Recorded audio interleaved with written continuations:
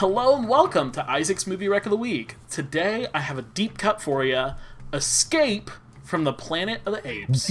So I was raised in a very sci-fi oriented household. I was watching Next Generation before I could even speak. We had Star Wars birthday parties and Independence Days. But out of all the sci-fi movies I grew up with, the ones I tend to think the most when I'm writing scripts or making videos are the Planet of the Apes films.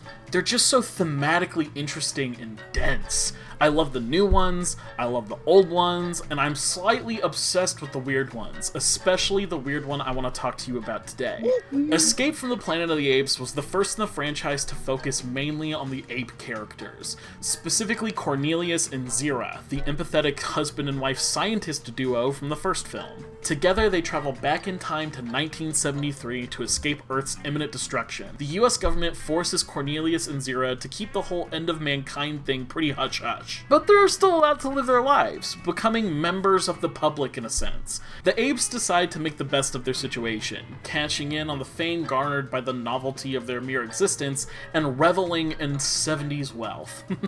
But when the government finds out that Zira is pregnant, tensions rise between apes and humans, and the duo's safety is put into major question.